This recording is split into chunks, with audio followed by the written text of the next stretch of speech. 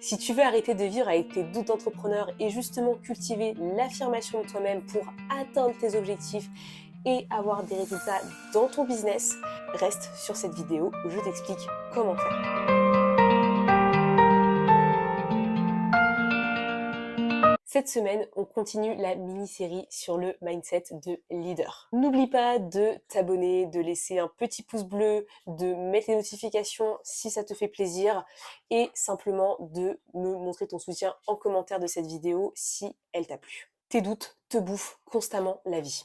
Quand tu remets toujours en cause ce que tu fais, quand tu sais jamais te décider, quand tu penses que ce que tu fais c'est jamais assez bien, quand tu cherches toujours une excuse potentielle pour ne pas faire ce que vraiment tu as envie de faire, c'est que tu es dans le doute constant, dans la peur et dans tes croyances limitantes. C'est une problématique qui touche aujourd'hui beaucoup d'entrepreneurs et qui font que beaucoup d'entre eux ne réalisent pas du tout leur ambition et refusent totalement de s'affirmer, d'être totalement eux-mêmes, d'oser aller vers ce qui leur fait le plus peur.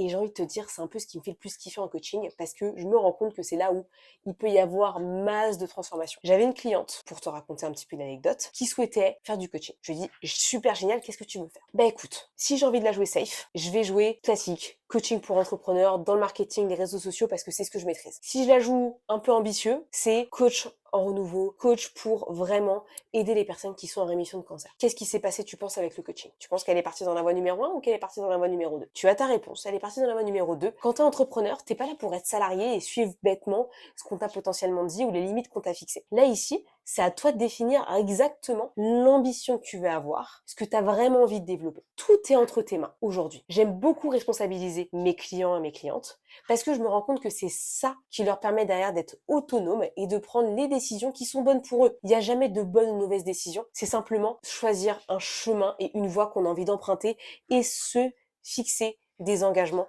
qui nous sont propres à nous et qu'on a réellement envie et qu'on a vraiment l'intention de respecter. Pour moi, ça, c'est avoir un mindset de leader. Si tu arrives à faire ça, bravo. C'est que déjà, tu as passé une étape. Si tu n'y arrives pas encore, l'objectif de cette vidéo, c'est de te faire littéralement comprendre qu'en 3 étapes, tu peux déjà te rendre compte que tu es dans un schéma limitant, que tu es dans tes doutes et qu'il faut que tu en sortes pour justement t'affirmer encore plus. Très souvent, tu peux voir l'affirmation de soi comme savoir dire non, avoir des limites, dire merde, être limite insultant par moment. Oui, l'affirmation de soi, ça va bien au-delà de ça. J'ai envie de te parler un petit peu de l'aspect s'affirmer, toi, avec ton business et justement être leader de ton entrepreneuriat et de l'entreprise que tu es en train de créer et de développer. Très souvent, l'entrepreneur débutant, il va s'arrêter à juste mais il faut que je prospecte, faut que je vende mon truc, mais moi j'aime pas faire ça. Alors déjà de base, arrête d'être entrepreneur. De deux, qu'est-ce que t'en sais si t'aimes la vente ou pas si tu l'as jamais fait? En plus de ça, je pense que tu l'as déjà fait dans une vie antérieure mais tu t'en souviens juste pas. Et trois, tout ça. Partons de ce principe-là. Quand je parle de l'affirmation, c'est simplement oser être soi. C'est-à-dire que moi là aussi je suis là devant toi là et j'ose m'affirmer. Et j'ai aucun problème à dire ce que je pense. Et si demain tu m'as au téléphone, je te dirais exactement la même chose. Pourquoi? Parce que je suis convaincue de ce que je te raconte là. Et ça, c'est l'affirmation de soi. J'ai dépassé mes doutes, j'ai dépassé mes peurs, j'ai dépassé peut-être mes croyances limitantes par rapport à certains sujets. Et je grandis continuellement. Et je sais que tu es capable de faire pareil. C'est pour ça que je te fais cette petite vidéo aujourd'hui, parce que je sais que c'est un truc qui est important. On pense que l'affirmation, c'est juste poser ses limites, mais c'est aussi savoir s'affirmer, c'est-à-dire dire les choses qu'on a envie de dire. Et tu sais, c'est un peu que tu penses tout bas, mais que t'aimerais crier. Tu vois, comme quand t'es énervé face à la SNCF parce qu'il y a encore un train en retard. Ou que t'es encore dans les bouchons parce que les gens ils regardent parce qu'il y a un accident de l'autre côté de la route. Si tu veux aller plus loin, n'hésite pas à réserver ton appel découverte avec moi. C'est un lieu où on va simplement échanger ensemble sur ton projet, tes difficultés, tes challenges, les choses que tu as vraiment envie de faire. Et moi, je vais t'écouter activement en essayant de te poser des questions, en essayant peut-être de te challenger un petit peu. Si je vois qu'il y a possibilité qu'on bosse ensemble, je te le dirai. Si je vois qu'il n'y a pas de possibilité, je te le dirai aussi. C'est totalement OK. Le principal, c'est simplement que tu viennes pitcher ce que tu as besoin de me pitcher et que moi, je puisse te faire déjà un premier feedback. Si l'aventure t'en dit, tu as le lien juste en description de cette vidéo. Comme ça, tu pourras m'en dire un petit peu plus. Je vais te donner 3 conseils pour vraiment t'affirmer et sortir de tes schémas limitants. La première chose déjà, c'est commencer à t'introspecter personnellement, c'est-à-dire te poser des questions, essayer de comprendre pourquoi est-ce que tu as cette réflexion-là, pourquoi est-ce que tu t'empêches de faire ça, qu'est-ce qui finalement t'anime dans ce que tu fais, qu'est-ce qui t'emmène vers cette voie, ou au final, qu'est-ce qui te freine dans l'idée d'aller vers ce qui te fait le plus peur. C'est pas un exercice facile, je suis d'accord avec toi. Mais pourtant, ça passe déjà par de l'observation. Essayer de comprendre à quel moment il y a quelque chose qui te gêne. Tu vois, si tu jalouses quelque chose, pourquoi est-ce que je jalouse ça de cette personne? Et au final, qu'est-ce que ça m'apporte de jalouser? Est-ce que finalement, moi, je développerais peut-être pas ce que la personne, elle fait aussi parce que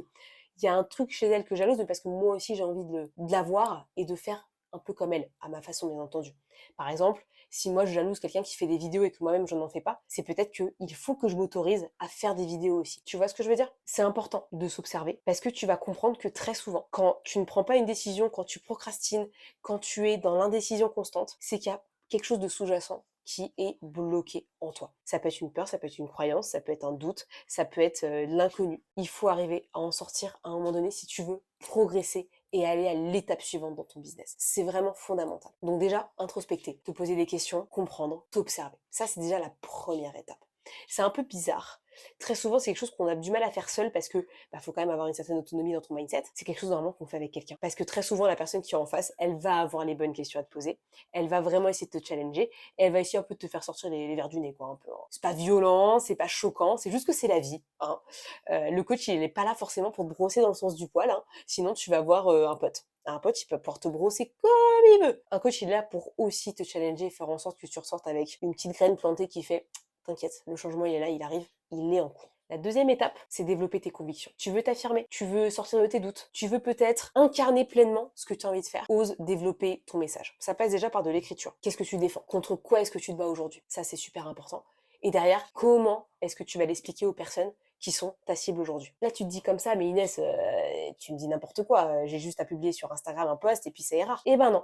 Des fois, c'est beaucoup plus profond que ça parce que il faut chercher des mots, il faut chercher la manière de le dire, il faut vraiment aller chercher en toi les ressources pour vraiment oser sortir ce message. Et derrière, sortir du doute. Parce qu'au final, quand tu es dans le doute, quand tu passes ton temps à te comparer aux autres, quand tu passes ton temps à jalouser ce que les autres font, tu ne te nourris pas. Tu es en train de te dévaloriser constamment. Et là, ce que je suis en train de te dire, ce que je suis en train de t'expliquer, c'est qu'il faut que tu développes une conviction. Et pour ça, il faut que tu acceptes de déranger un petit peu, peut-être être un peu disruptif, d'oser dire vraiment ce que tu penses et défendre ton point de vue. Et pour ça, il faut s'affirmer et être sûr de ce qu'on affirme. On n'a pas la vérité générale, même moi dans cette vidéo-là, je n'ai pas la vérité générale et je le dis très bien, que ce soit à mes clientes ou des fois en post ou sur les réseaux ou quoi que ce soit. Par contre, je sais que je défends une idée, c'est parce que j'ai vécu quelque chose qui m'a permis de dire que c'était possible comme ça. Et ça, pour moi, c'est super important. S'il y a un truc que j'ai pas vécu, je pourrais pas te dire, voilà, c'est comme ça qu'il faut faire. Alors que même moi, je l'ai pas fait, par exemple. Ce n'est pas possible. Ce serait contre mes valeurs, notamment contre ma valeur d'authenticité qui est pour moi ultra importante. La troisième étape, c'est assez simple. C'est au final, dire tout en public. Dire tout sur les réseaux, balancer ce que tu as à balancer. Et ça, c'est l'affirmation de soi. Merci de m'avoir écouté pendant cette belle vidéo. Je te souhaite réellement de passer à l'action sur ton affirmation de soi dans ton business et notamment sur les convictions que tu portes et d'arrêter d'être dans le doute constant sur ce que tu as envie de faire, proposer ou quoi. À un moment donné, il faut que tu passes à l'action, que tu testes quelque chose et que tu y ailles franchement.